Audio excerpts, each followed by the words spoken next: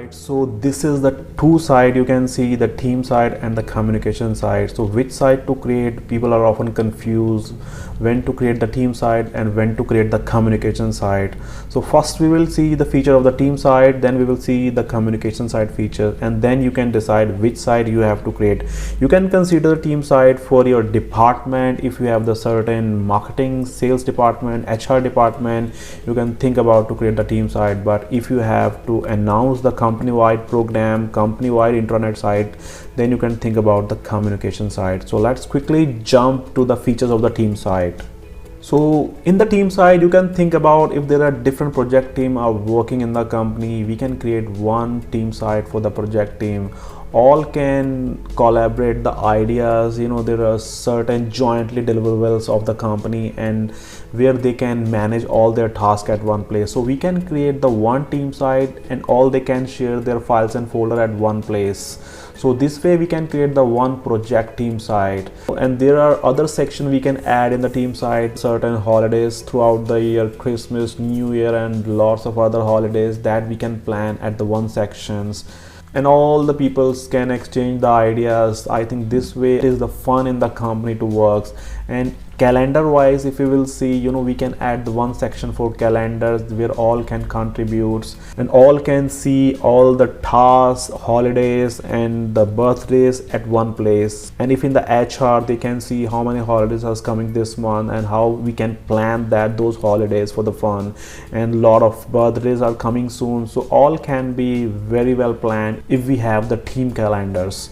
So we can think about to add that section in the site. So another thing is you can think about the OneNote. Everybody can collaborate their notes. They don't have to individually keep their notes. Yes, they can keep there, but they can also think about to contribute the notes to the teams where all the ideas, all the important for the company, and it will be speed up all the workflow. And now we can think about the most important section, document library, where all the files and folder of the department will be placed at one place, and based upon the roles all can access the files and folders based upon the permissions that will be decided by the department head, and all will be managed directly by the backend SharePoint teams. You can also think about it is the central repository of all the files and folders where all the department data will be placed. You can see also that suppose if I am in the HR, so you can see all I can place my data at one place. All my offer letters, my recruitment team data and employee related based data will be placed at one place. So all can access based upon their roles. And also they can think about to put one section for planners where everybody task will be visible, and based upon we can see who is the heavily loaded, and then we can think about how to balance the task on the team across the team members. And then there is the next thing, we have to think about all the member of the team will be the content authors, because this is the one site and everybody will contribute their idea. Everybody will upload the files and documents and their notes, their ideas. So you can think about, so everybody will be the content author of the team site. So you can think about to create one section for ideas, one section for calendar, one section for OneNote, one section for document, and one section for this. Now let me see how we can create the other sections also. If suppose it is the HR side and you have to create the different section, you can think about to add the employee handbook section.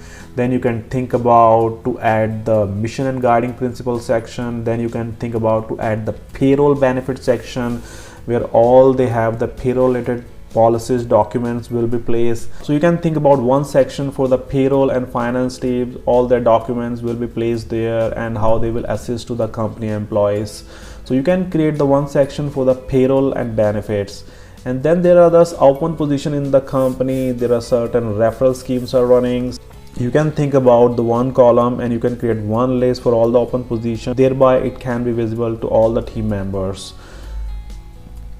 And then in the HR, you can also think about to add one section for the recruitment teams where all the recruitment process, onboarding, screenings and sourcing, everybody, all the documents, all the process, procedures can be placed at one place under the one section of the recruitment and hiring process. So we can create the list for this section and then we can post that section to the team side.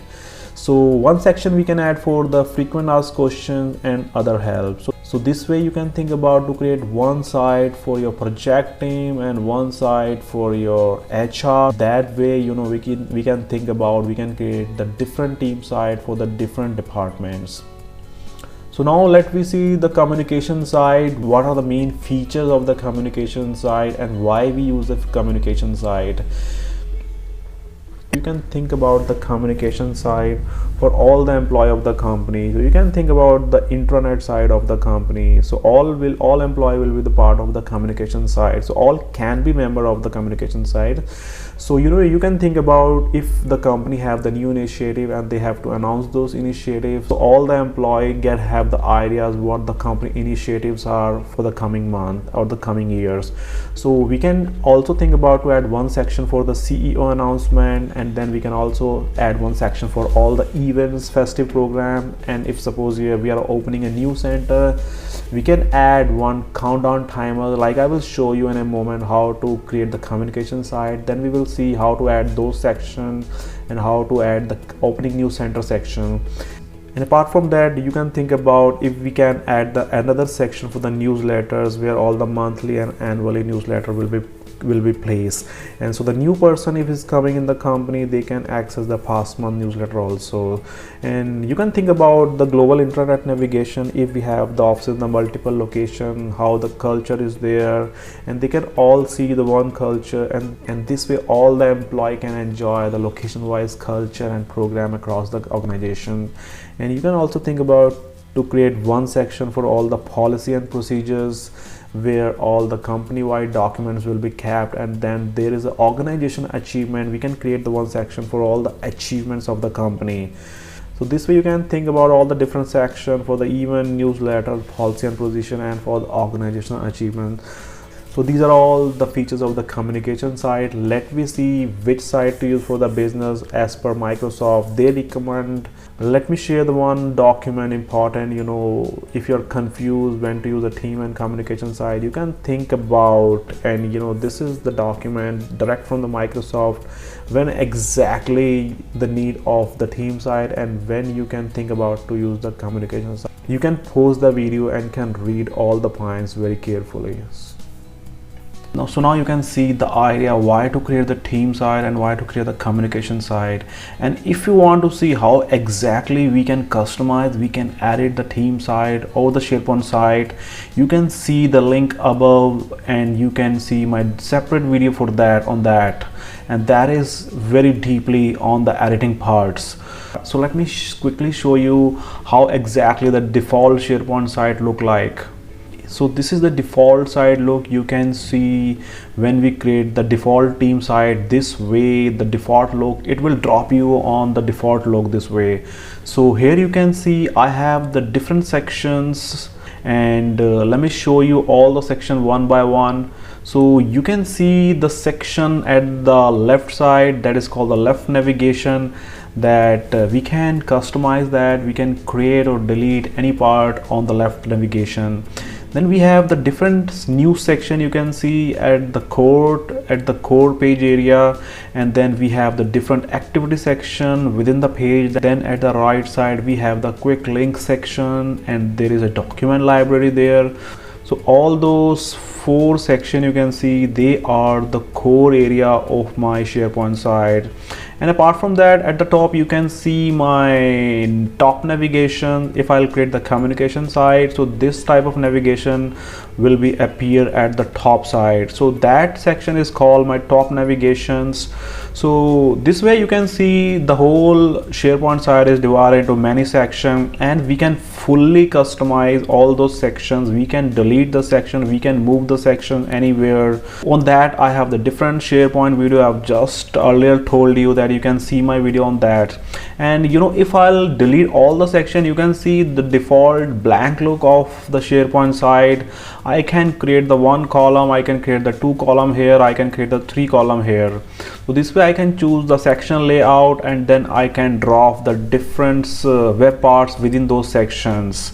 So this is all about the SharePoint site. I think you can see my next video on the SharePoint, where is a detailed and deep practical knowledge how to create the site and how to use the SharePoint sites.